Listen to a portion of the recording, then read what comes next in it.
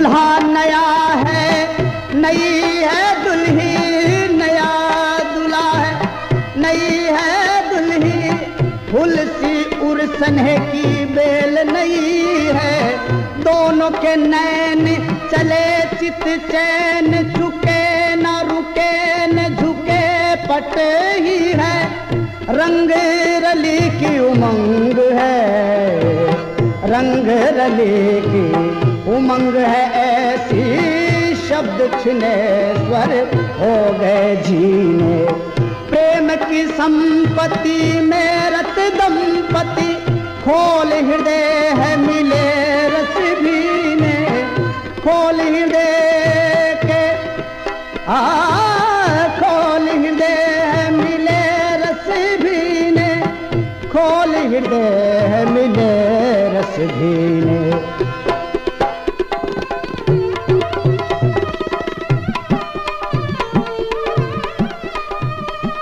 हुकुम। आन चंद, ये क्या हिमाकत है? क्षमा करें स्वामी, संकट द्वार खटखटा रहा है, इसीलिए मुझे आना पड़ा है। ऐसी कौन सी आफत टूट पड़ी जिसने तुम्हें अपनी कविता वनिता से विरक्त कर दिया? तुम जैसे अनुरागी को यह शोभा नहीं देता। हुकुम, आप यहां गोरी पर अनुरक्त हैं और वहां शहाबुद्दीन गोरी महाराज के राज्य पर अनुरक्त है। वो सेनाएं सजाकर दिल्ली के लिए चल पड़ा है। 10,000 हाथी और 1 लाख घोड़ों की विशाल सेना। महाराज, हमारे सामंतगण घबराकर दिल्ली छोड़कर भाग रहे हैं। हुकुम, कहीं ऐसा ना हो कि आपके पास एक ही तीर रह जाए। हमें पहले क्यों नहीं सूचित किया गया? 6 मास से किसी को भेंट करने की अनुमति नहीं मिली। हमार कमल कोश का बंदी बनकर रह गया है, गंध पुष्प में सिमट कर रह गई है। महाराज, सांझ के सूरज ने दिनमणि को त्यागने से इनकार कर दिया। चांद अपनी चांदनी में डूब गया है। अन्नदाता मन मारकर दहलीज से सामंत माथा छुलाकर लौट गए। स्वामी, क्या देवता भक्तों का नहीं होता? क्या वो सिर्फ पुजारी का होता है? घबराओ नहीं चंद, सावंतों को जाकर सूचित करो कि हम उनसे अभी मिलना चाहते हैं। जो आज्ञा हुकुम।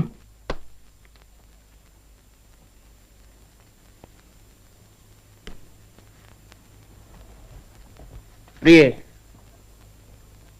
हम डंके पर पड़ी चोट और तुरही का नाद सुन रहे हैं। हमें विदा दो।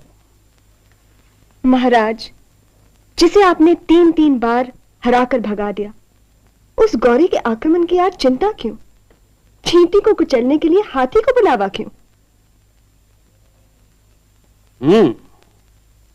महाराज, सारी धरा अर्धंग तुम्हारी, सूरज है रज श्री चरणों की। सारी धरा अर्धंग तुम्हारी, सूरज है रज श्री चरणों की। मैं ही धरा अर्धंग तुम्हारी, सूरज हूँ रज भी चरणों की।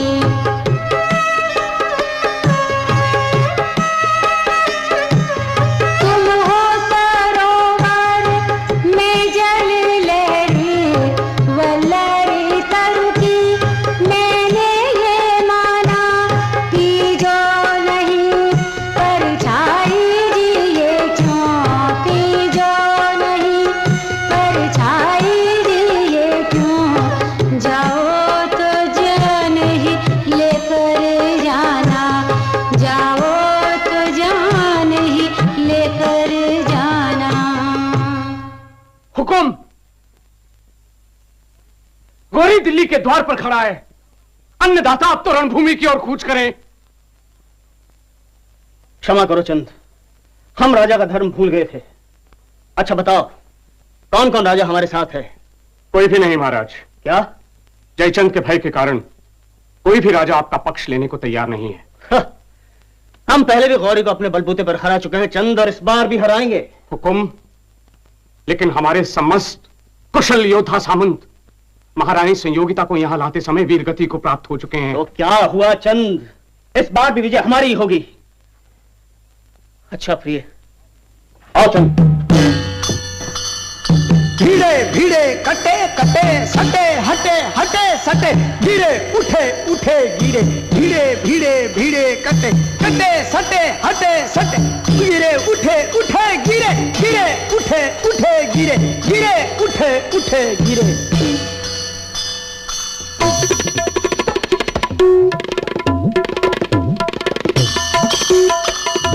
जीतता वो हारता, हारता वो जीतता, पृथ्वीराज गिर गया, शाहबुद्दीन तिर गया, ललाट पर लिखा हुआ लेख सत्य हो गया, सूर्य अस्त हो गया, चंद्रग्रस्त हो गया, चंद्रग्रस्त हो गया, चंद्रग्रस्त हो गया।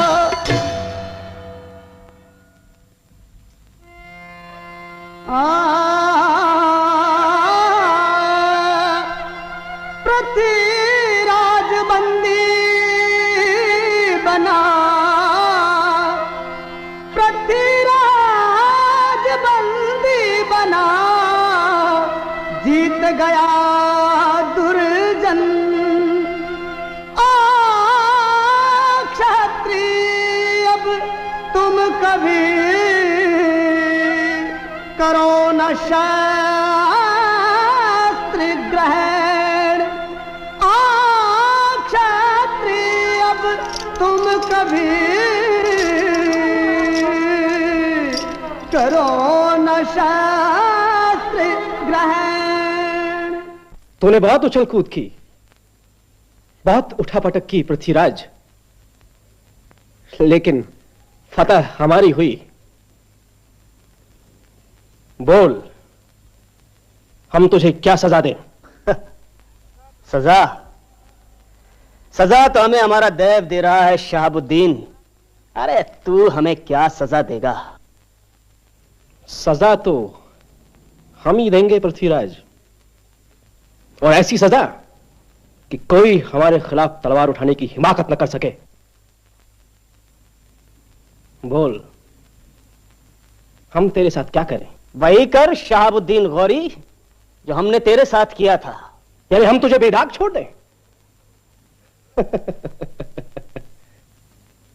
नहीं, हम सांप को दूध नहीं पिलाते पृथ्वीराज, उसे कुचलकर खत्म कर देते हैं। शहाबुद्दीन याद रख, हम भी ये कर सकते थे। हां, हम ये कर सकते थे। तू जंग का कायदा नहीं जानता पृथ्वीराज।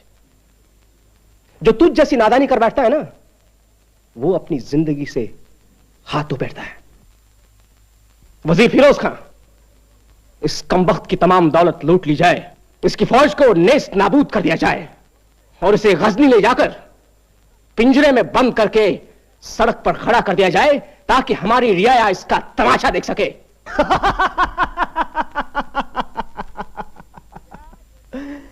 गजनी की प्रजा ये देखकर बहुत खुश होगी कि उनका सुल्तान एक वहशी दरिंदा है, इंसान नहीं है। हंस रहा है शैतान। इस बद अखलाक की आंखें फोड़ दी जाएं, ताकि ये बच निकलने का ख्याल तक न कर सके।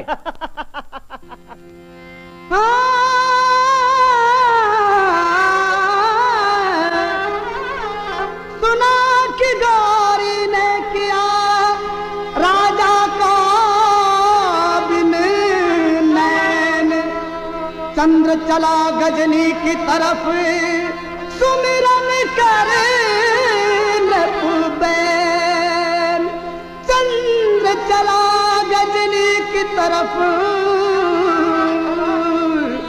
सुमिरन करे नपुबैन।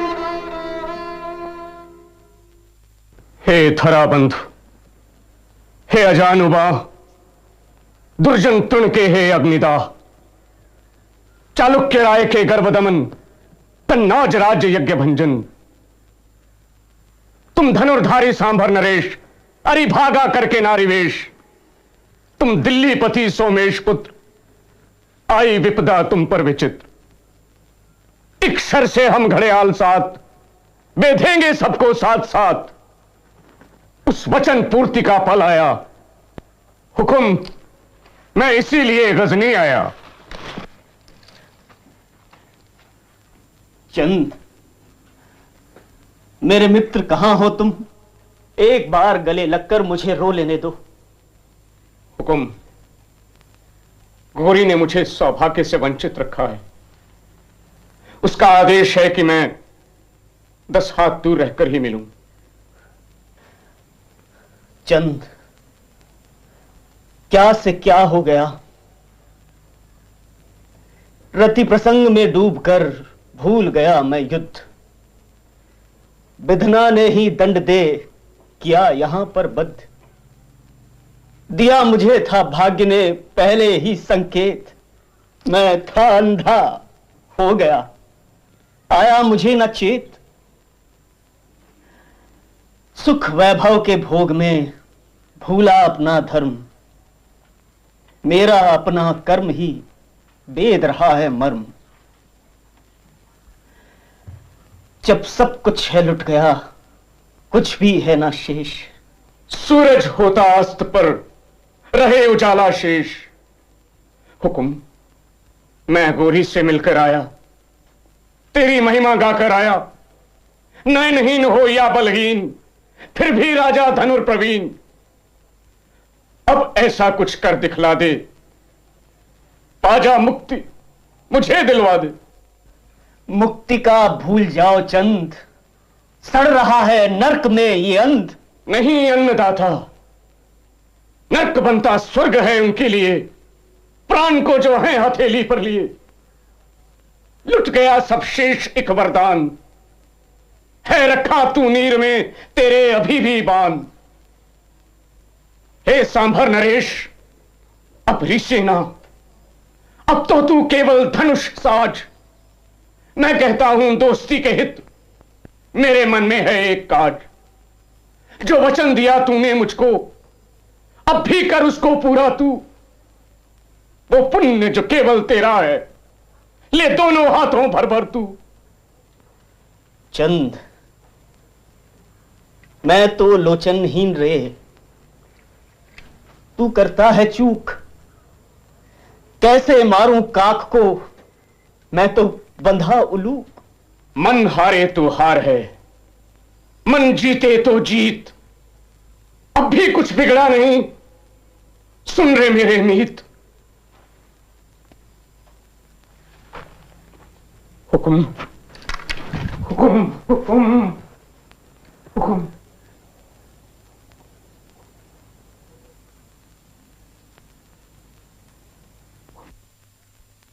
चंद, तुमने कहा था कि तुम्हारा ये दोस्त एक ही तीर में 7 घड़ियालों में सुराख कर सकता है। जी हुजूर।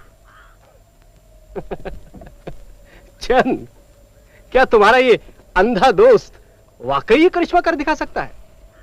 हाथ कंगन को आरसी क्या हुजूर। चंद, अगर ये एक ही तीर में 7 घड़ियालों में सुराख नहीं कर सकता है, तो इसका नतीजा जानते हो? हमारा वक्त बर्बाद करने के जुर्म में हम तुम्हारे इस दोस्त का सर धड़ से अलग कर देंगे। ऐसा मौका ही नहीं आने पाएगा हुजूर, आप देखें तो।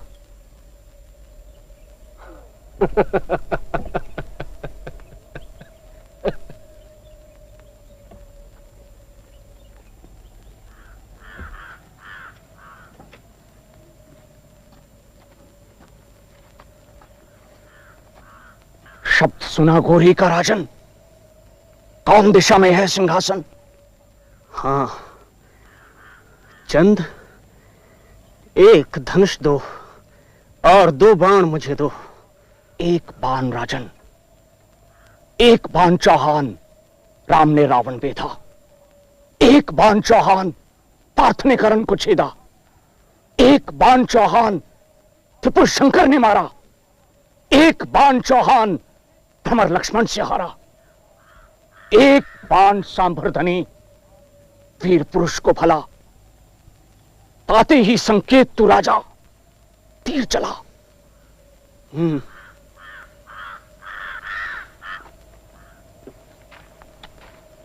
हुजूर, मेरे दोस्त की बेड़ियां खोल दी जाएं और उसे धनुष्पान थमाया जाए।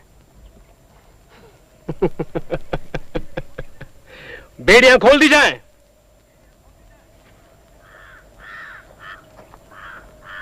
हुजूर, मेरा दोस्त तब बाण चलाएगा जब आप 3 बार हुक्म देंगे।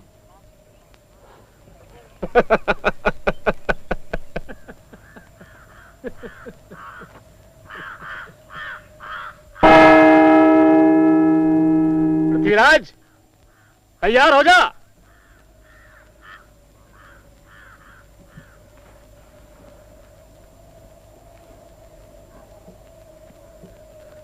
हे पृथ्वीराज, कम्मान बाण दृढ़ मुट्ठी ग्रहण कर, छोड़ निराशा, आत्मशक्ति भर और ध्यान कर।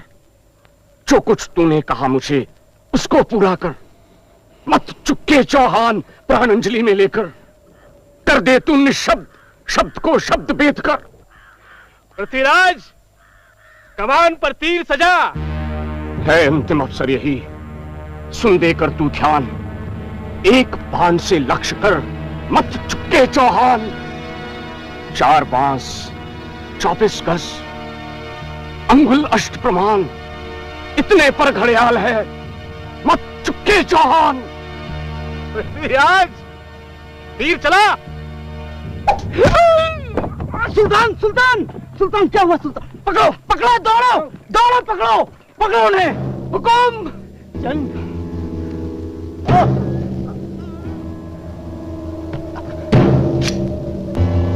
क्षमा क्षमा, हुकुम। हाँ।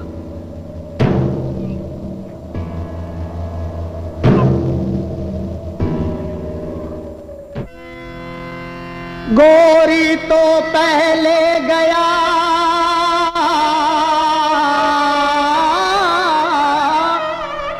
गोरी तो पहले गया, गए चंद चौहान। प्राण गए तो क्या हुआ, बची वीर की आन। तिनके से तिनका जुड़ा, तिनके से तिनका जुड़ा, मिली ज्योति से ज्योतिया, मिली ज्योति से ज्योति। पृथ्वीराज पृथ्वीराज, रासो भई नोरस की। उत्तर भारत के सामंती वर्ग के लिए तुर्की हमले एक प्रलय बनकर आए। अपने दुख और जिल्लत को कविता के माध्यम से मिटाकर ही वो अपना गम गलत कर पाए। वीर गाथाओं में हालात को बहुत दुखद बनाकर पेश नहीं किया जा सकता था। जैसे कि पृथ्वीराज रासों में दिखाया गया है कि पृथ्वीराज ने अपनी पराजय का बदला लिया और एक शानदार मौत मरे, जबकि असलियत ये थी कि उन्हें मैदान जंग में हराकर मारा गया। पृथ्वीराज को हराने वाले शहाबुद्दीन के बाद दिल्ली में गुलाम वंश के बादशाहों का सिलसिला शुरू हुआ। सबसे पहला गुलाम बादशाह कुतुबुद्दीन हुआ, जिसने कुतुब मीनार बनवाना शुरू किया। गुलाम बादशाह बड़े खूंखार थे और इमारतों, कुतुब खानों को बर्बाद करने और ज्यादा से ज्यादा इलाका हासिल करने में यकीन करते थे। ये बादशाह हिंदुओं के साथ ऐसा सलूक कोई मजहब के आधार पर नहीं कर रहे थे, बल्कि एक विजेता की तरह जो हारी हुई कौम का हौसला पस्त कर देना चाहता है। गुलाम बादशाह तामीर के बड़े शौकीन थे और अपनी इमारतें, मंदिर वगैरह तोड़ ताड़ के बना लेते थे। उनके राजमिस्त्री ज्यादातर हिंदुस्तानी ही होते थे, लेकिन उन पर मुसलमानों के लाए तरीकों और तकनीक का भी असर हुआ।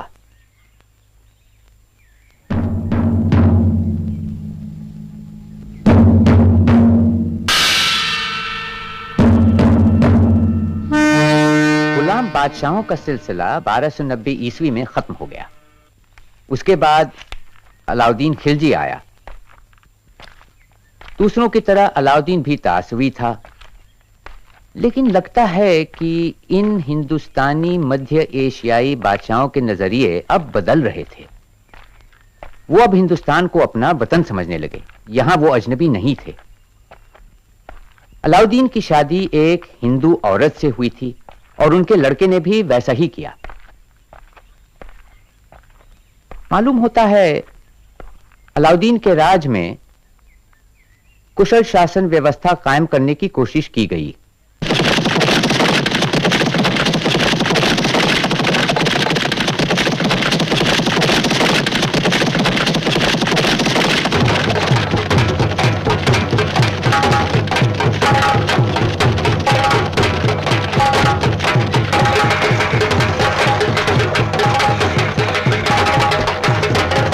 बस यही रुकना है।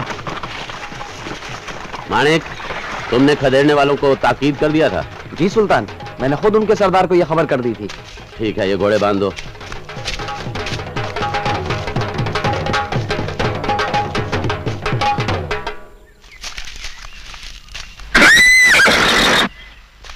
वो रहा।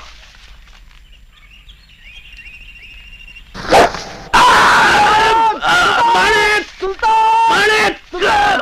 सुल्तान, सुल्तान।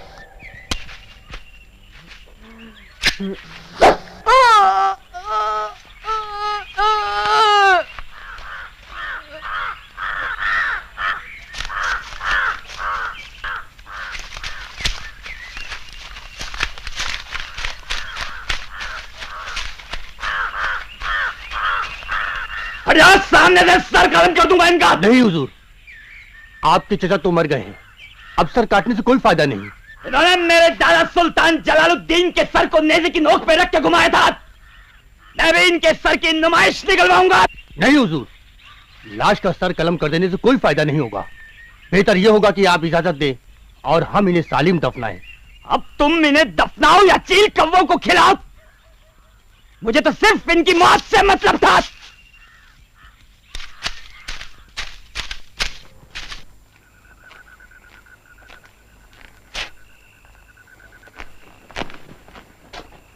माफ करें, आपको तभी अंदर जाने दिया जाएगा जब आप सुल्तान अलाउद्दीन का कटा हुआ सिर दिखाएं।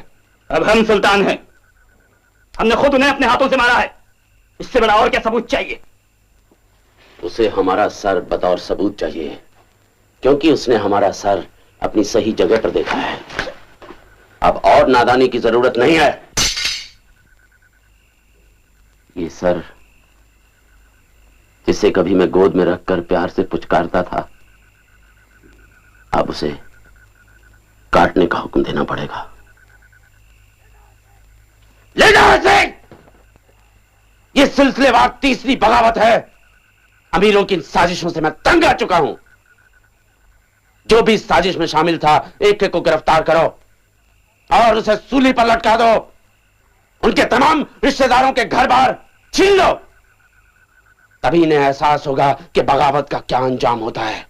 हमें इस बात का पूरी तरह एहसास रहा है कि बगावतों से आप किस कदर परेशान हैं, बल्कि हमने इस पर काफी संजीदगी से गौर भी किया। सुल्तान की खिदमत में हम इस मसले के कुछ हल पेश करना चाहते हैं, मगर अफसोस कि इनसे अपने ही लोगों को दिक्कत होगी, क्योंकि ये उनके खिलाफ हैं। जो भी हो, हम सब आज फिर आपके और सल्तनत के साथ अपनी वफादारी के अहद को दोहराते हैं। मलिक रहीमुद्दीन ही हमारी नुमाइंदगी करेंगे। हुजूर, हमारी नजर में बगावत की 4 वजहें हैं। पहली तो ये कि हुजूर को लोगों के अच्छे बुरे मामलात की जानकारी ना होना। दूसरी वजह है शराब। लोग अपने घरों में शराब की दावतें करते हैं और फिर मिलकर खिचड़ियां पकाते हैं, मंसूबे बांधते हैं। तीसरी है मलिकों और अमीरों के बीच में रिश्तेदारी और लगाव, और इस वजह से वो हर किसी के घर में हमेशा जाते रहते हैं। और इसलिए जब कभी भी किसी को सजा मिलती है तो उसके साथ हमदर्दी और खून के रिश्ते का इजहार करने 100 लोग खड़े उठते हैं।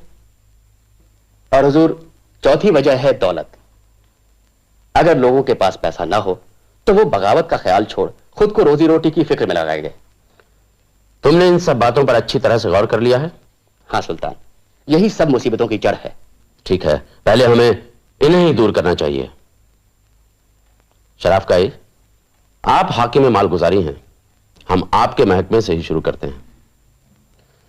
अमीरों के सारे गांव जब्त कर लिए जाएं जो सरकार की तरफ से उन्हें इनाम या वक्फ में दिए गए हैं, और अमीरों को इस बात का यकीन दिलाइए कि उनसे ऐसा कुछ वापस नहीं लिया जा रहा है जिस पर सल्तनत का हक ना रहा हो। दूसरी बात यह है कि मैं चाहता हूं आप जासूसों का एक मजबूत जाल फैलाएं। कहां क्या हो रहा है इसके बारे में मुझे पूरी जानकारी मिलनी चाहिए, और यह सब का इंतजाम इस तरह से होना चाहिए कि अमीरों को ख्वाब में भी खौफ रहे कि अगर वो मेरे खिलाफ कुछ कहेंगे तो इसकी खबर मुझे मिल जाएगी। शराब पर सख्त पाबंदी लगा दी जाए, जो भी नशे में पाया जाए उसे सख्त सजा दी जाए, शराब की दावतें बंद। मेरी इजाजत के बिना अमीर मजलिस, बैठक या मेल मुलाकात नहीं कर सकते। निकाह के जरिए रिश्ते कायम करने के लिए भी उन्हें मेरी मंजूरी लेनी होगी। मैं बगावत की बू को अब पूरी तरह से मिटा देना चाहता हूं। जी हुजूर। अंदर से मजबूत होने के बाद ही हम मंगोलों के बार बार हो रहे हमले से अपनी हिफाजत कर सकते हैं। लड़ाई के वक्त सिपाही इकट्ठे करके फौज बनाने से अब काम नहीं चलेगा। हमें मुस्तैद फौज चाहिए जिसमें अच्छे हथियार और फुर्तीले घोड़ों के साथ वो फौज हर वक्त तैयार रहे। सिपाहियों को अच्छी तनख्वाह दो ताकि वो हमेशा दिल्ली में बने रहें। इसमें खर्च बहुत आएगा हुजूर। मुस्तैद फौज का ख्याल तभी मुमकिन है कि हम फौज को तनख्वाहें कम दें, मगर कम तनख्वाह देकर हम उन्हें अपने साथ हमेशा नहीं रख सकते। इसलिए अपना घर बार चलाने के लिए उन्हें गांव जाकर खेतीबाड़ी करनी उनकी अपनी मजबूरी है। मुस्तैद फौज खड़ी की जा सकती है, मगर तब जब हम कम कीमत पर अपने सिपाहियों को अनाज, कपड़े और जरूरतों की चीजें मुहैया कराएं। इसके अलावा और कोई तरीका नजर नहीं आता। आजकल बाजार में कीमतें आसमान छू रही हैं। अकाल पड़े तो लोग भूखे मर जाते हैं। अच्छी बरसात हो तो भी कीमतें कम नहीं होती। ऐसा क्यों? अगर पैदावार ज्यादा हो तो कीमतें गिरनी चाहिए। मगर ऐसा नहीं होता। जब फसल ज्यादा होती है तो दुकानदार कम कीमत लेकर उसे खरीद लेते हैं और बाद में उसे ज्यादा कीमत पर बेच देते हैं। सुल्तान, हमें हर चीज की कीमत तय कर देनी चाहिए और इस बात पर भी नजर रखनी चाहिए कि दुकानदार उसकी कद्र करे। ठीक है, मगर इसके लिए बाकायदा सिलसिला होना जरूरी है। किसान तय की हुई कीमत पर बाजारों में अनाज बेचेगा, शहर में लोग उसे लेकर जाएंगे और तय की हुई कीमत पर दुकानदारों को थोक में बेचेंगे। फिर दुकानदार उसे वाजिब कीमत पर बेचेगा। हर दर पर लोगों को वाजिब मुनाफा होना चाहिए ताकि वो अपना गुजारा कर सके। जरा सोचिए इसमें कितनी दुश्वारियां होंगी। अगर हम पैदावार पर उठाए खर्चों को पैमाना माने तो हर दर पर वाजिब कीमत तय कर सकते हैं। मगर कैसे? हम हिसाब लगाएंगे कि किसी खास चीज को पैदा करने में कितनी लागत आती है, उसकी मजदूरी और उन तमाम खर्चों को भी शामिल किया जाएगा जो उस चीज को बनाने या पैदा करने में किए जाते हैं, और फिर एक जायज मुनाफा जोड़कर कीमत तय की जा सकती है। हुजूर, दखल अंदाजी माफ, लेकिन पूरी तरह मंडी के सहारे रहना भी ठीक ना होगा। इसलिए आप सरकारी गोदाम बनाएं, उसमें अनाज जमा करें ताकि अकाल या नई मुसीबत आने पर रसद की कमी को पूरा किया जा सके। इससे बाजार में अनाज की कमी भी ना होगी और कीमतें भी ना बढ़ने पाएंगी। मुझे ये सारी तजवीजें मंजूर हैं। बिना किसी तरह की दहशत फैलाए हमें फौरन इन्हें अमल में लाना चाहिए और इस कानून के खिलाफ जाने वाले के साथ किसी तरह की हमदर्दी नहीं होनी चाहिए। मलिक काबुल, आप बाजार के आला हाकिम होंगे। अगर कोई सौदागर कीमत में जरा भी हेरफेर करता है तो इसकी जिम्मेदारी आप पर होगी और जुर्म करने वाले को सख्त सजा देना आपका हक होगा। इस बीच हिंदू इस्लाम कबूल करने लगे, लेकिन मजहब बदलने का सिलसिला तेज नहीं था। कुछ लोगों ने अपना धर्म इसलिए बदला कि इस्लाम उन्हें अच्छा लगा, कुछ ने खौफ की वजह से, और कुछ इसलिए मुसलमान हो गए कि विजयी पक्ष के साथ रहने में फायदा होता है। लेकिन असल वजह आर्थिक थी। जो मुसलमान नहीं थे उन्हें एक खास टैक्स देना पड़ता था जिसे जजिया कहा जाता था। जजिया की अदायगी गरीबों के लिए बहुत बड़ा बोझ था।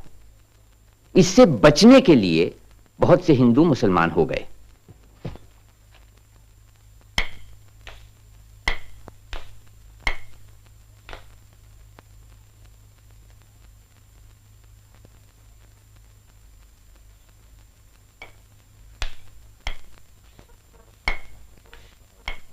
सुल्तान, जान हथेली पर रखकर मैं अपने लोगों की नुमाइंदगी की इजाजत चाहता हूं। कहिए क्या बात है? हुजूर, मैं आपसे उन सजाओं के बारे में बात करना चाहता हूं जो आपने बाजार में गड़बड़ी करने वाले सौदागरों के लिए तय कर रखी हैं।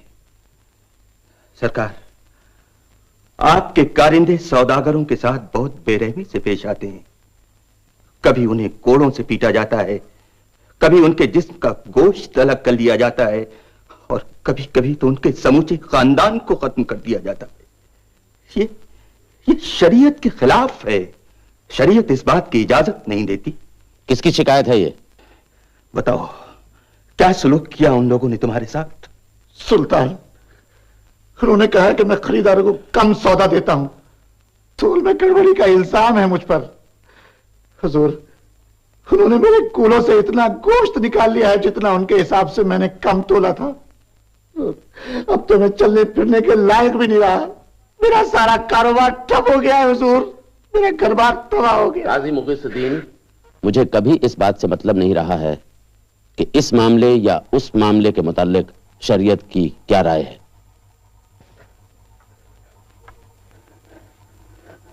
मेरे दिमाग में कुछ सवाल घूम रहे हैं, मैं उन पर आपसे मशवरा करना चाहता हूं।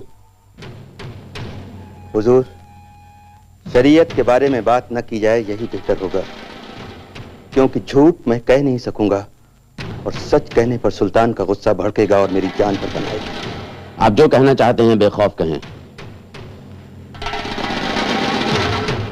मैं सारे अमीरों से इसलिए खिराज मांगता हूं क्योंकि वो किसानों से मनमाना महसूल लेते हैं और ऐश की जिंदगी जीते हैं, मगर हमारे महकमा महसूल में एक जित्तल तक नहीं देते। बदतमीजी से पेश आते हैं, हुक्मदूली करते हैं। यह कार्रवाई मैंने उन्हें राह पर लाने के लिए की है, मगर आपका कहना है कि यह शरीयत के मुताबिक है। खैर छोड़िए, मेरा एक सवाल यह है कि शरीयत में उन लोगों के लिए क्या सजा तय की गई है जो गबन करें या रिश्वतखोरी के जुर्म में पकड़े जाएं? सुल्तान, इसका जिक्र तो नहीं है। अलबत्ता महसूल का कोई अहलकार अगर खजाने में कम जमा करता है या किसी दूसरे किस्म की हुक्मदूली करता है तो हुक्मरानों से जुर्माना भरने या कैद बामशक्कत की सजा दे सकता है, लेकिन खजाने में की गई हेरा फेरी के लिए हाथ काटने की सजा की इजाजत नहीं है सुल्तान। मगर मैंने तो हुक्म दिया है कि अगर कोई अहलकार गबन करे तो उसे सख्त से सख्त सजा दी जाए, और ऐसा करने से गबन के मामलों में बेहद कमी हुई है। भाई, मैं उन्हें उनकी जरूरत के मुताबिक माकूल तनख्वाह देता हूं, उसके बावजूद अगर वो बेईमानी करते हैं तो मुझे उन्हें सख्त सजा देनी पड़ती है। मेरा दूसरा सवाल यह है कि जब मैं मलिक था तो पड़ोसी रियासतों पर दावा करके मैंने दौलत जमा की है, उस पर मेरा हक है या वो भी आवाम की दौलत कहलाएगी? सुल्तान, छापों में हासिल की गई दौलत लश्कर इस्लाम की बदौलत हासिल हुई है, इसलिए वो अवाम की मिल्कियत है। काजी मुगीसुद्दीन, तुम अपना सर कलम करवाना चाहते हो? मैंने अपनी और अपने सिपाहियों की जानों पर खेलकर उन लोगों से जिनका दिल्ली में कोई नाम तक नहीं जानता वो दौलत इकट्ठी की है, और आप कह रहे हो कि वो आवाम की मिल्कियत है? आपने शरीयत की बाबत सवाल उठाया था और मैंने वाजिब जवाब दिया। ठीक है, खजाने में मेरा और मेरी औलाद का क्या हक है? लगता है मेरी जिंदगी खत्म हो चुकी है। अगर मैं सच कहूंगा तो आपकी तलवार। मैंने कहा ना बेखौफ कहिए। क्या अर्ज करूं सुल्तान, अगर आप खलीफा राशिदीन की बताई हुई राह पर चलते हैं तो आपको खजाने से अपने लिए भी उतनी ही रकम लेनी चाहिए जितनी आप एक मामूली सिपाही को देते हैं, यानी 234 टका। अगर आप बीच का रास्ता अख्तियार करते हैं, यानी खुद को सिपाही से ऊंचा समझते हैं, तो आपको अपने मलिकों के बराबर रकम लेनी चाहिए। और अगर आप अपने सियासतदानों की हिदायतों पर चलते हैं तब तो अपनी शान शौकत कायम रखने के लिए खजाने से सल्तनत में हर किसी से ज्यादा रकम लेने का हक है।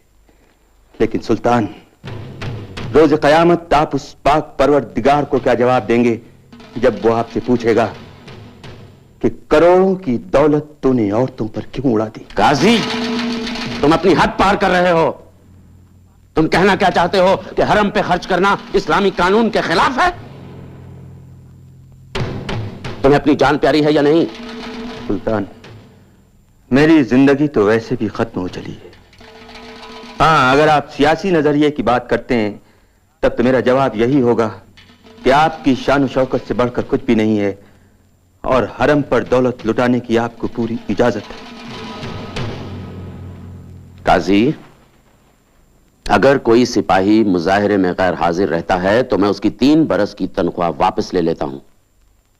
शराब बेचने और पीने वाले को खाई में फेंकवा देता हूं। जिना करने वाले को नामर्द बनाया जाता है। बागियों का सर कलम करवा देता हूं और चोर उचक्कों को खौफनाक सजाएं दिलवाता हूं। यह सब क्या इस्लामी कानून के खिलाफ है? सुल्तान, चाहे आप मेरे जिस्म के टुकड़े करा दें, लेकिन सच तो मुझे कहना ही होगा।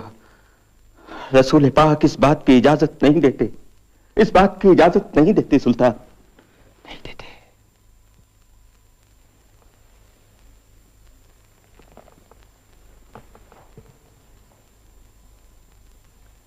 मैंने कभी शरीयत नहीं पढ़ी है। मैं तो अनपढ़ हूं। कहने को मुसलमान हूं क्योंकि बाप दादा मुसलमान कहलाए, मगर इस तरह के हुक्म मैं सिर्फ उस बगावत को रोकने के लिए देता हूं जिसमें हजारों लोगों की जान कुर्बान हो जाती है। मुझे यकीन है कि सल्तनत और आवाम दोनों की इसी में भलाई है, मगर लोग जब मेरी हिदायतों को नजरअंदाज करते हैं, हुक्मदूली करते हैं, तो मुझे जबरदस्ती उनके साथ सख्ती बरतनी पड़ती है। मालूम नहीं कि यह इस्लामी कानून के दायरे में आता है या नहीं, मगर मैं सल्तनत और आवाम दोनों की भलाई को सामने रखकर ही ऐसे हुक्म देता हूं। मुझे उम्मीद है कि आप मेरी मंशा समझ गए होंगे। अपनी आर्थिक नीतियों की वजह से अलाउद्दीन खिलजी एक बड़ी फौज खड़ी करने में कामयाब हुआ। इस फौज की मदद से उसने गुजरात और दक्षिण भारत के बहुत बड़े हिस्से को जीत लिया। उसका सिपह सालार मलिक काफूर दक्षिण से बेशुमार दौलत बटोर कर लाया। कहते हैं कि 50,000 मन सोना, ढेरों मोती और जवाहरात, 20,000 घोड़े और 312 हाथी इस लूट में शामिल थे। हिरण्यगर्भात् समवर्त